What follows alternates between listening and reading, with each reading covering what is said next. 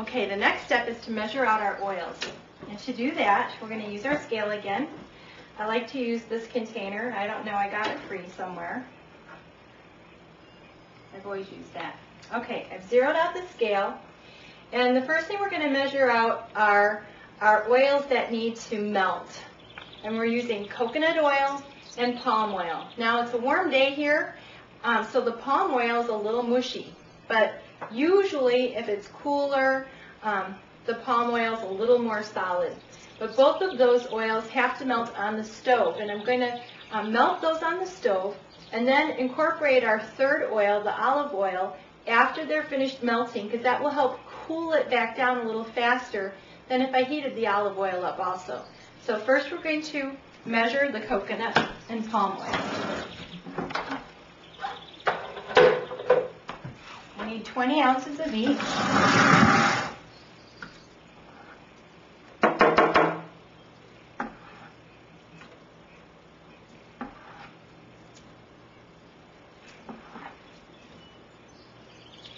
I buy these two oils, coconut and palm oil, at Columbus Foods out of Chicago. They have great prices, and I like getting them in these size containers because I'm not always running out, plus it's much more economical. Okay, we're at 14.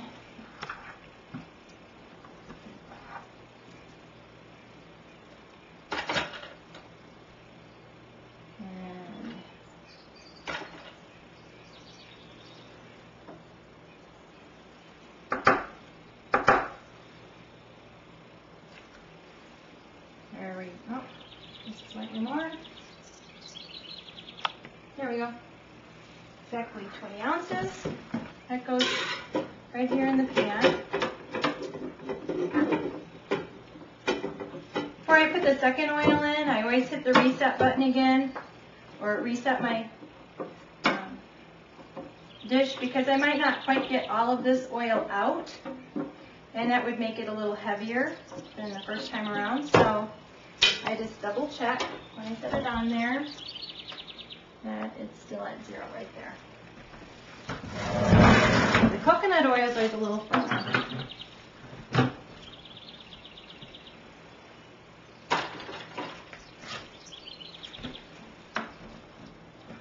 It comes out a little chunkier.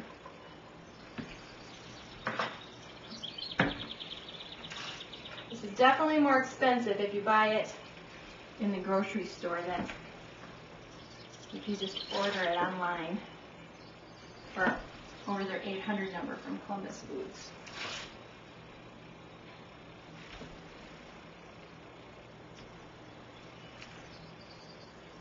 Okay, we're at 20 ounces there. I'm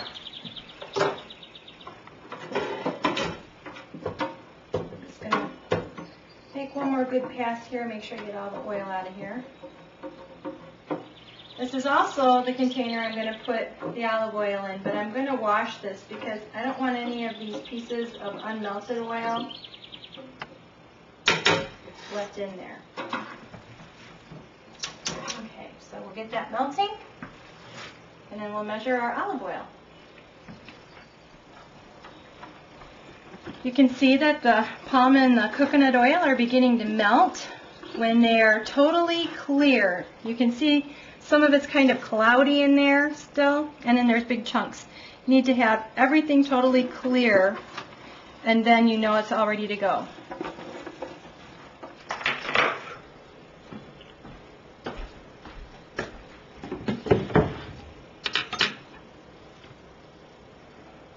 Okay. I'm putting my thermometer in my lye water now. I'm going to kind of just see where the temperature is at on that.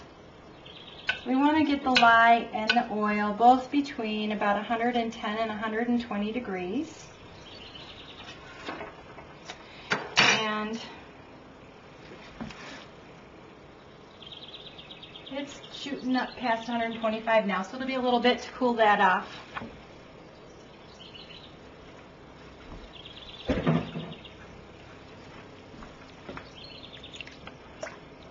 Our oils are coming along really nicely. There's only a couple of chunks left. I usually turn the burner off before it's quite all the way there so I don't heat it any higher than I need to. If I'm in a big hurry and I'm making a lot of soap in one day, I'll sometimes have a few ice baths ready in my sink and I can cool off my pan of oil and my lye much quicker.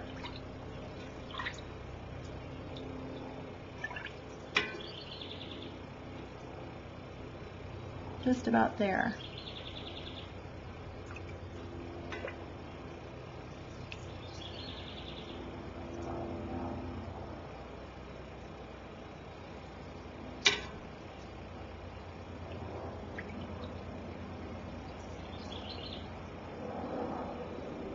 Okay, right about now I'm going to turn off that flame on the stove. So those chunks are going to melt. And I'm going to start pouring my olive oil.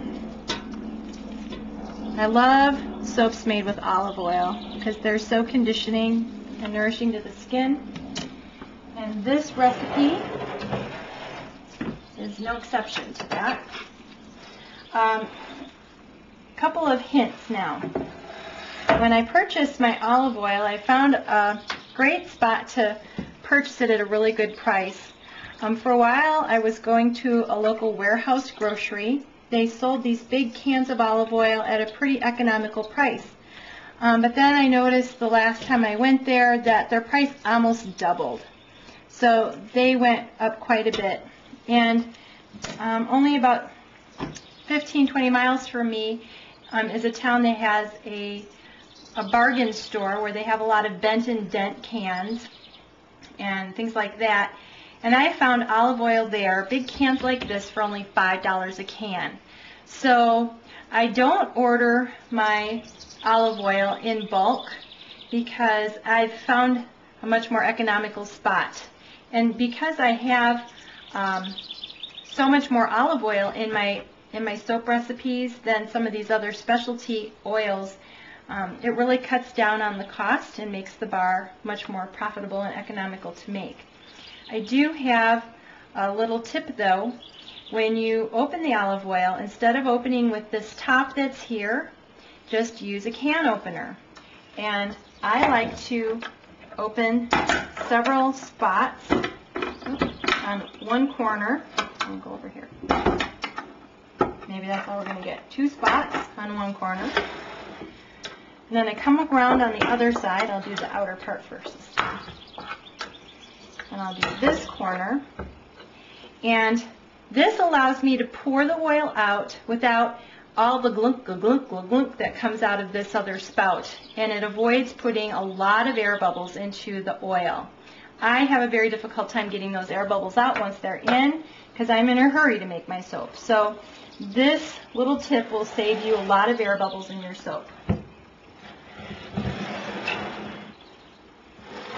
Okay. We'll make sure our scale is still zeroed out. I can see it right through my bowl. And so I always have to figure out what's 60 ounces. Okay, I know that 3 pounds is 48. So it's 3 pounds and 12 ounces. Here we go. Try to pour it without getting any, oh, there goes some bubbles.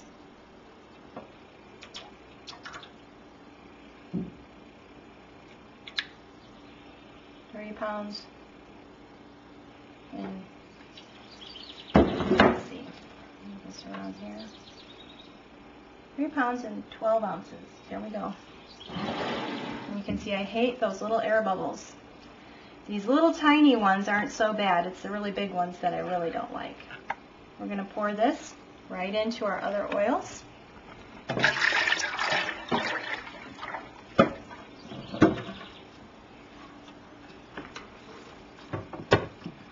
Again, I scrape this clean, try to get as much of this oil out of here as possible. We want all that oil to incorporate into our soap. So we get a nice mild bar of soap. I have a super fat percent of only about 5%. I think that that's enough margin. All the bars are really mild with that 5% margin. So now we just have to make sure that we get our oil to the proper temperature. stick my thermometer in there. I'll get a little clue as to where we're at.